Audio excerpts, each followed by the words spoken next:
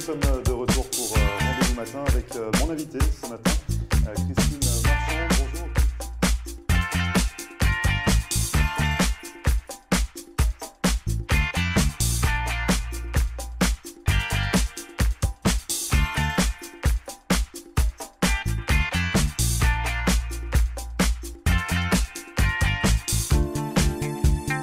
Bonjour à tous, bienvenue, merci de regarder Rendez-vous Matin. Nous sommes le mercredi 7 mars et ce matin nous nous intéressons à la loi aux États-Unis avec Maître David Willig qui est avocat en droit des affaires et du patrimoine.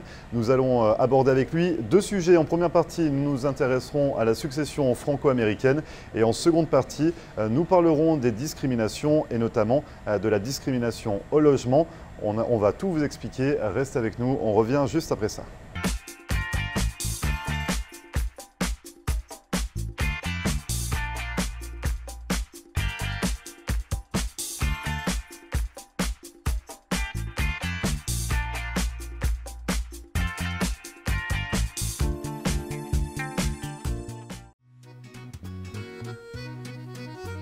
Bonjour à tous, bienvenue au Bistrot 1902 sur Hollywood Boulevard. Je vous invite à venir découvrir notre nouvel emplacement. On est ouvert toute la semaine, du lundi au samedi. Le dimanche, on ouvre à 11 h pour un gros brunch avec plus de 60 plats différents. Jeudi, vendredi, samedi et dimanche soir, il y a de la musique live en terrasse. Venez profiter de cette belle terrasse. Pour réserver une table chez nous, 305 316 31 36. À très vite, on vous attend. Merci.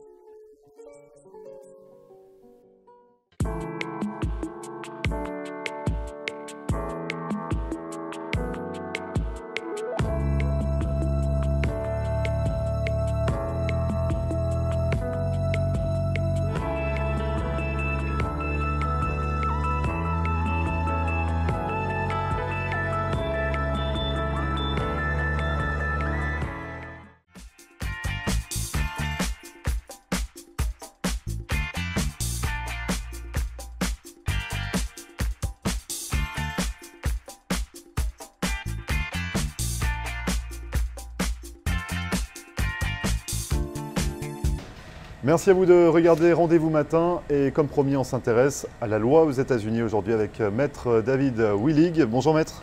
Bonjour Grégory, merci encore pour votre invitation. Je vous en prie, merci à vous de venir nous éclairer un petit peu sur différents sujets. Et justement, donc, vous êtes avocat en droit des affaires, mais également du patrimoine et dans d'autres domaines. Mais aujourd'hui, on va s'intéresser à la succession franco-américaine pour débuter en première partie. Donc on va parler d'un cas concret. Oui. Et donc expliquez-nous un petit peu à quel niveau ça intervient, ce droit de succession. C'est un cas concret duquel on peut tirer plusieurs leçons pour des Français qui fréquentent les États-Unis, qui font le va-et-vient entre les deux pays. D'abord, la première leçon, c'est quelle est la source de ce genre de conflits successoraux. Et le plus souvent, et ce n'est pas limité aux Français, c'est pour tout le monde pratiquement, oui, bien sûr. Il s'agit d'un premier mariage qui a donc il y a eu des enfants dans un premier mariage, voilà, un remariage et d'autres enfants. Peut-être d'autres enfants ou peut-être simplement une veuve qui n'est pas la mère des enfants des premières noces. Donc déjà, c'est une formule parfaite pour des conflits. Pour un conflit. Et surtout si il n'y a pas une bonne organisation du patrimoine successoral.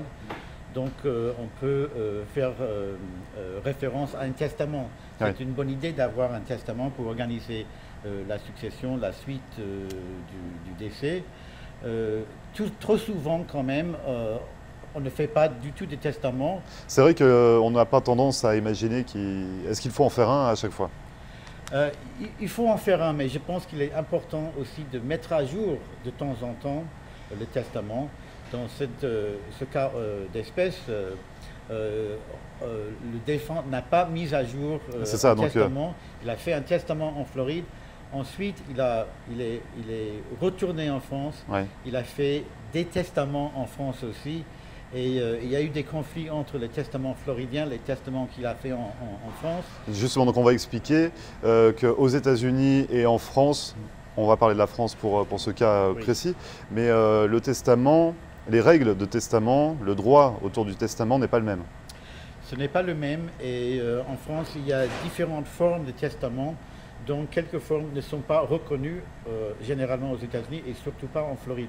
Notamment le testament holographe, c'est un testament qui est rédigé manuscrit entièrement par la main du testateur. Il n'est pas reconnu en Floride, sauf si le testament manuscrit conforme aux règles de la Convention de Washington. Donc vous allez, on va essayer d'en parler, ça devient complexe. Donc le testament manuscrit holographe n'est pas reconnu en Floride, Holographe, sauf par rapport à cette convention de Washington, c'est-à-dire ça change quoi? La Convention de Washington établit des normes internationales pour la rédaction d'un testament. Ouais. Notamment, il y a deux conditions, il faut qu'il y ait deux témoins qui vont signer avec le testateur et aussi une dite personne autorisée à recevoir l'acte. Comme un avocat? Comme un notaire ou un notaire en France, un avocat en Floride ou un civil law notary en Floride aussi pour recevoir un testament en forme authentique. Donc avec deux témoins et une personne autorisée à notaire, avisée, on peut avoir un testament valable qui est entièrement manuscrit. Mais le testament holographe est signé uniquement par le testateur, donc il n'est pas reconnu en Floride à cet effet. Et donc il faut le mettre à jour, c'est ce que vous disiez? Oui, il faut mettre à jour et aussi faire une sorte de concordance entre les testaments, parce que normalement on n'a pas deux testaments, on a un seul testament. Donc beaucoup de gens croient que ah oui, je vais faire un testament pour mes biens en Floride et un autre testament pour mes biens en France. C'est pas forcément la bonne formule pour... Donc il en faut un pour l'ensemble du patrimoine? Ça serait mieux, oui. Et si on a plusieurs ça peut créer de la confusion. Aussi on peut rajouter un dit codicile. C'est une sorte de rallongé, un rajout au testament. Donc par exemple des Québécois parfois ils font un testament en français au Québec. Et après, ils font un codicile en anglais aux États-Unis. Donc c'est la traduction du testament français? Non, c'est des rajouts. C'est une extension, si vous voulez. Ouais. Donc le testament québécois, c'est pour les biens au Québec. Et le codicile en anglais, c'est pour les biens en Floride. Ici, en Floride. Par exemple, ici, ils ont un appartement, un condominium, une maison. Et donc, ça va beaucoup simplifier le règlement de la succession dans ces cas-là. Donc le plus simple, c'est d'avoir un testament. Quelles sont les autres différences qu'il existe entre la France et les États-Unis, pour revenir sur votre cas? L'une des différences les plus marquantes pour les Français, c'est que aux États-Unis généralement et en Floride, les successions normalement sont réglées devant un tribunal. C'est une procédure judiciaire. Donc il y aura un juge qui va surveiller le règlement de la succession. Par contre, en France, c'est typiquement un notaire qui va régler la succession, sauf en cas de conflit. Et en cas de conflit, on va devant un juge. Sera porté devant un tribunal judiciaire aussi en France. Et dans ce cas, il y avait les deux en même temps, parce qu'en France, ça a commencé devant un notaire, mais ça a vite pris les allures d'un conflit. Ils ont fait TGI, tribunal de grande instance. Ah oui, donc pour votre cas est allé très loin. Parce qu'en fait, il y a une veuve aux États-Unis et des enfants en France. En fait, c'était une veuve française entre la France et la Floride. Les enfants, principalement en France, mais qui avaient aussi passé du temps à la demeure en Floride. Donc, ça a créé un conflit par la suite du décès du patriarche. Et qui tranche finalement, comme il y a des biens aux États-Unis et des biens en France? En fait, ça dépend de la nature des biens, si ce sont des biens immeubles ou des biens meubles, des comptes en banque. Mais typiquement, s'il s'agit des biens immeubles, ça sera l'autorité aux États-Unis, en Floride, qui va trancher la partie floridienne. Donc c'est ça, en fait, c'est chacun sa part de responsabilité dans les successions franco-américaines. Les biens, le patrimoine aux États-Unis doit être jugé par une personne aux États-Unis, c'est ça? Pour les biens immeubles. c'est une règle différente pour les biens meubles comme les comptes en banque. En plus, il y a un règlement européen qui est entré en vigueur il y a 2-3 ans qui laisse beaucoup plus de souplesse aux ressortissants européens pour organiser leur succession. Ils peuvent désormais choisir à désigner une loi qui va régir la succession. Et ça a créé aussi des conflits parce que ce règlement européen a mis à l'écart, par exemple, la réserve héréditaire qui est ancrée dans la tradition juridique française. Est-ce qu'il y a d'autres sujets ou d'autres domaines à faire attention, sur lesquels il faut faire attention quand il y a une succession franco-américaine? Oui, il y a aussi des aspects fiscaux. Oui, justement. Parce qu'il y a la fiscalité d'une succession. En France, on parle des droits de mutation. Aux États-Unis, c'est un peu différent parce que c'est la succession même qui paie les impôts s'il y a un impôt sur la succession. C'est la succession même qui paie. Par exemple, en France, les héritiers peuvent être responsables du passif du défunt. Ce n'est pas vraiment le cas aux États-Unis. Typiquement, s'il y a un passif, il sera payé par la succession et par la suite, la partie nette qui reste de la succession sera distribuée aux ayants droit du défunt. Donc il y a des différences et aussi de fiscalité. Il y a des abattements en France et aux États-Unis, mais ils ne sont pas au même niveau. Donc il faut bien, comme j'ai dit, étudier le contenu du patrimoine intégral pour bien planifier, malheureusement, avant le décès. Et vous, à votre niveau, vous intervenez justement à quel niveau dans ces successions franco-américaines? Moi, je peux intervenir à tous les niveaux pratiquement. Avant décès, le planning, la création d'une structure, ça peut être avec un testament, en combinaison avec d'autres mécanismes, des donations. Donc ça, c'est le estate planning aussi pour l'optimisation fiscale de la succession. Une fois qu'il y ait un décès, je peux intervenir surtout du côté des États-Unis pour le règlement de la succession devant un tribunal. Je suis civil law notary en Floride, je suis avocat en France, mais je ne suis pas notaire. Donc c'est ça, vous ne pouvez pas intervenir en France parce que voilà, vous n'avez pas le titre de notaire. Voilà. Très bien. Il y aura encore beaucoup de choses à dire sur la succession franco-américaine. Si nos téléspectateurs ont des questions, comment vous contacter, maître? Bon, ils peuvent m'appeler au cabinet ici en Floride, à Miami. Le téléphone, c'est le 305 860 1881. Donc 305 860 1881 pour tous les téléspectateurs qui ont des questions sur des successions. En tout cas, vos coordonnées s'affichent en bas de l'écran. Vous restez avec nous. On va traiter dans une seconde partie un autre sujet. On va parler des discriminations et notamment de la discrimination au logement. Voilà. Vous restez avec nous, on en parle juste après ça. Marcelle Poirier, avocate en droit de l'immigration américaine et membre du barreau de la Floride. Ma vocation est de conseiller mes clients et de protéger vos intérêts afin que vous soyez en mesure de réaliser votre rêve américain qui est toujours bien vrai et réel aujourd'hui. Surtout, n'oubliez jamais qu'un mauvais conseil légal peut vous coûter votre futur et celui de votre famille. N'hésitez pas à nous contacter par téléphone ou sur mon site internet à marcelpoirier.com et nous serons très heureux, mon staff et moi-même, de répondre à vos questions et de vous recevoir au cabinet, j'espère très bientôt.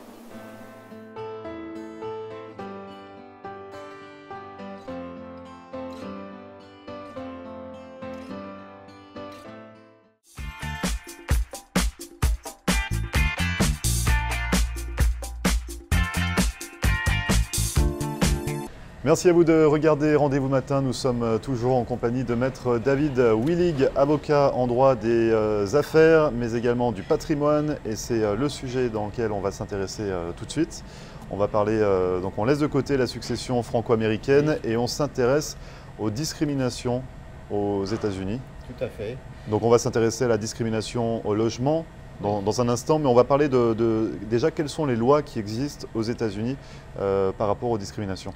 En fait, il y a des lois fédérales ainsi que des lois parfois au niveau de l'État, voire des comtés, mais surtout les lois fédérales qui sont les plus puissantes contre la discrimination.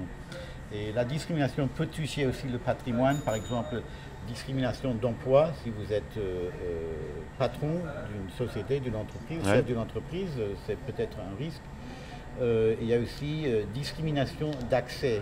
Si vous êtes propriétaire d'un immeuble commercial ou bien d'un immeuble résidentiel pour des personnes qui sont incapacitées ou handicapées, il faut avoir l'accès. Et aussi, il y a la discrimination de logement Donc au logement, oui. qu'on a mentionné. Et ça peut évidemment affecter un propriétaire d'un immeuble qui loue par exemple des appartements, notamment le logement c'est à l'usage résidentiel. Ouais. Mais également au rachat de bail, c'est ça? Ça peut arriver également que lors d'un rachat de bail, il y ait une sorte de discrimination aussi ou... J'ai vu des instances de discrimination. Donc dans le résidentiel et dans le commercial. Dans le commercial, c'est un peu différent. Et je m'explique. D'abord, dans le cas de logement, il y a des lois spécifiques qui disent qu'on ne peut pas refuser un logement soit loué, soit à acquérir par l'achat à base de la race, de la nationalité, de l'origine nationale, du sexe. Donc il y a plusieurs bases, typiquement des choses qu'on ne peut pas changer vraiment. Donc si par exemple, typiquement, c'est quelqu'un qui est aux États-Unis, qui peut-être nouvellement arrivé, peut-être il ne parle pas bien anglais, ou il est de race noire, ou une femme qui peut être lésée par la discrimination parce qu'un propriétaire ne veut pas louer à une dame seule, par exemple. Donc, il y a des lois qui sont là pour protéger des gens dans cette situation. Or, j'ai vu récemment, j'ai travaillé même sur un dossier un peu particulier, parce que là, c'était la discrimination à l'envers. Donc c'est-à-dire qu'on est aux États-Unis, mais que c'est des étrangers qui refusaient la vente, l'approbation dans une association de copropriétaires, la vente à des personnes qui ne partageaient pas la même langue que la majorité des résidents dans cet immeuble. Et ils organisaient leurs assemblées annuelles à l'étranger et ils ont même diffusé une lettre qui demandait à tous les membres de l'association de copropriétaires à suivre la même politique de ne pas vouloir vendre à quelqu'un qui ne partageait pas cette langue. Voilà. Donc clairement la discrimination, ça se passe comment dans ces cas-là? Donc vous avez en charge le dossier? On a pris en charge le dossier et il y a des démarches tant administratives que judiciaires. Évidemment, la plus puissante, c'est judiciaire. Et là, je ne parle pas d'une répression pénale de la discrimination, mais quelque chose qui peut aussi faire mal, c'est payer des dommages et intérêts. Donc, des dommages et intérêts peuvent excéder même parfois le prix du condo qui a été refusé ou ah oui, carrément, ça peut aller aussi haut. Parce que justement, qu'est-ce qu'on risque en cas de discrimination? Est-ce qu'il y a des échelons en fonction de la discrimination? Il y a on peut demander des dommages et intérêts. Donc il y aura des dommages et intérêts, des éléments de déboursement, par exemple, si on a fait des déboursements pour acheter l'appartement, le condominium, et tout ça a été pour rien parce qu'on n'a pas pu l'acheter. Mais il y a aussi un aspect personnel. On peut aussi être dédommagé pour l'humiliation des événements qui ont mené à la discrimination. Donc ça, c'est un élément qui est difficilement chiffrable, et donc ça pose peut-être un risque pour un propriétaire ou peut-être de la bonne fortune pour la personne lésée. Et comment on peut prouver qu'il y a une discrimination? Parce que dans votre cas concret, il y a des écrits, comme quoi qui montrent qu'il y a une discrimination, mais parfois, la personne qui discrimine va masquer un peu cette discrimination et employer d'autres excuses pour dire bah non, je suis désolé, je ne peux pas vous louer. Bien sûr. En fait, il est très rare qu'on a des preuves aussi directes que ce que vous pouvez avoir dans ce dossier. Une lettre diffusée. Typiquement, ce sont des preuves plutôt circonstancielles, c'est-à-dire que, par exemple, si je suis noir et je veux acheter maison A, et un agent immobilier, voire le propriétaire de la maison, dit « Ah non, cette maison, ça ne va pas pour vous, peut-être vous préférez habiter là-bas ». Et donc, si la personne ne veut pas habiter là-bas, il veut la maison A, c'est déjà une indication. Ce n'est pas une preuve parfaite. Oui, c'est pas une preuve devant un juge, c'est pas recevable. Il est recevable. Ça peut être recevable. Et ça sera un juge, soit un jury populaire qui va juger l'affaire. Et soit l'un ou l'autre peut être persuadé par, on dit en américain, steering, c'est-à-dire vous essayez de diriger, mener quelqu'un vers un autre bien qui sera, entre guillemets, plus approprié. Plus adapté, alors que oui. Adapté, voilà. Donc ça, c'est donc quels sont les recours finalement en cas de discrimination? La première chose à faire, c'est qu'est-ce qu'on doit faire quand on se sent discriminé? Typiquement, d'abord, on fait une sorte de lettre de mise en demeure pour soulever la question devant le propriétaire. Si on est propriétaire, on attend simplement à voir s'il y aura une charge d'accusation ou pas. Mais comme j'ai dit, le recours le plus puissant, c'est le recours judiciaire fédéral. Ce sont des procédures assez rigoureuses et dans notre affaire, ça a donné satisfaction aux personnes lésées finalement. Est-ce qu'on peut également parler de la discrimination concernant le rachat de bail? Donc au niveau commercial, c'est plus rare. C'est pas vraiment une discrimination, c'est plutôt une pratique commerciale. J'ai eu une affaire une fois où un Français allait racheter une affaire avec un bail à céder et le propriétaire du centre commercial où se trouvait le local loué a insisté sur une caution additionnelle d'un montant très important, près de 100 000 $. Ah oui. Et sa justification était parce que, sachant que le preneur du bail, de la cession, était un Français de la France, il a dit carrément qu'il ne voulait pas avoir à poursuivre quelqu'un en France pour des loyers impayés. Donc, est-ce que c'est une forme de discrimination? Peut-être, parce que c'est un étranger, mais c'est vrai que pour la reprise du bail, si c'était un Américain, il aurait aussi demandé peut-être une caution. Oui, ça n'a pas été prouvé, on ne peut pas savoir. C'était pas vraiment recevable dans le cadre commercial. C'est franchement les règles du marché libre. Soit il veut reprendre le bail ou il ne veut pas. Mais donc on ne parle pas de discrimination spécialement, mais est-ce qu'on a le droit de mettre des cautions comme ça additionnelles de montants excessifs? Parce que ça limite l'intérêt de l'acheteur finalement, c'est vraiment pour dissuader l'acheteur de poursuivre sa demande. En fait, il est sûr qu'il y a un effet dissuasif. Oui, c'est ça, c'est pour dissuader, il n'y a rien d'autre. Mais dans le cadre commercial, c'est une autre motivation. La personne qui veut reprendre le bail, il veut monter une affaire, il veut gagner de l'argent, et si il doit payer encore plus, il va faire ses calculs, le coût du loyer, le coût de la caution, le coût de la main-d'œuvre, tout cela, c'est dans le marketing mix pour cet entrepreneur.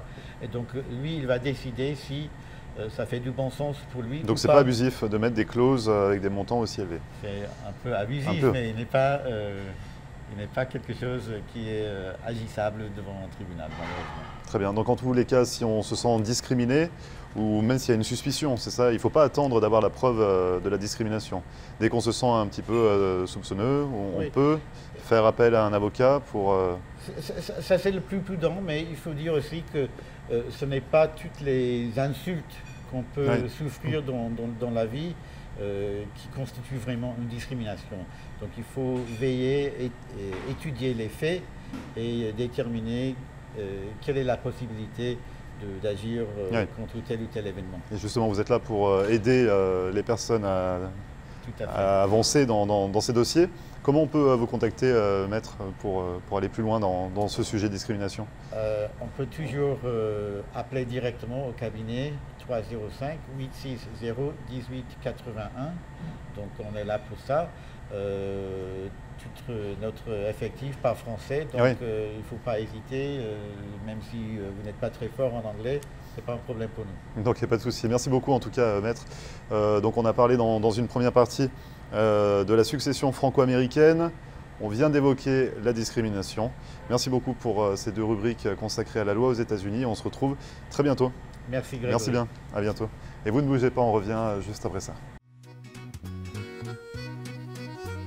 Bonjour à tous, bienvenue au Bistrot 1902 sur Hollywood Boulevard. Je vous invite à venir découvrir notre nouvel emplacement.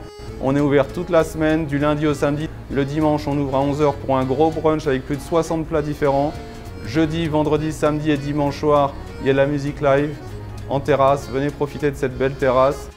Pour réserver une table chez nous, 305 316 31 36. À très vite, on vous attend. Merci.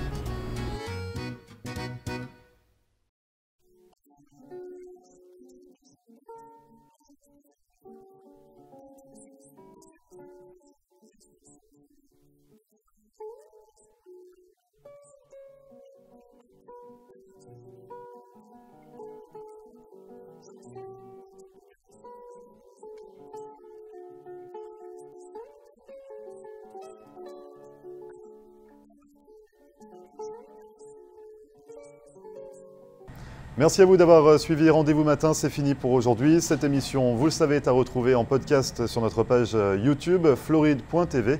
Et en attendant, on se retrouve demain dès 9 h pour une nouvelle émission. Très bonne journée et à demain. Et voilà, nous sommes de retour pour Rendez-vous Matin avec mon invité ce matin, Christine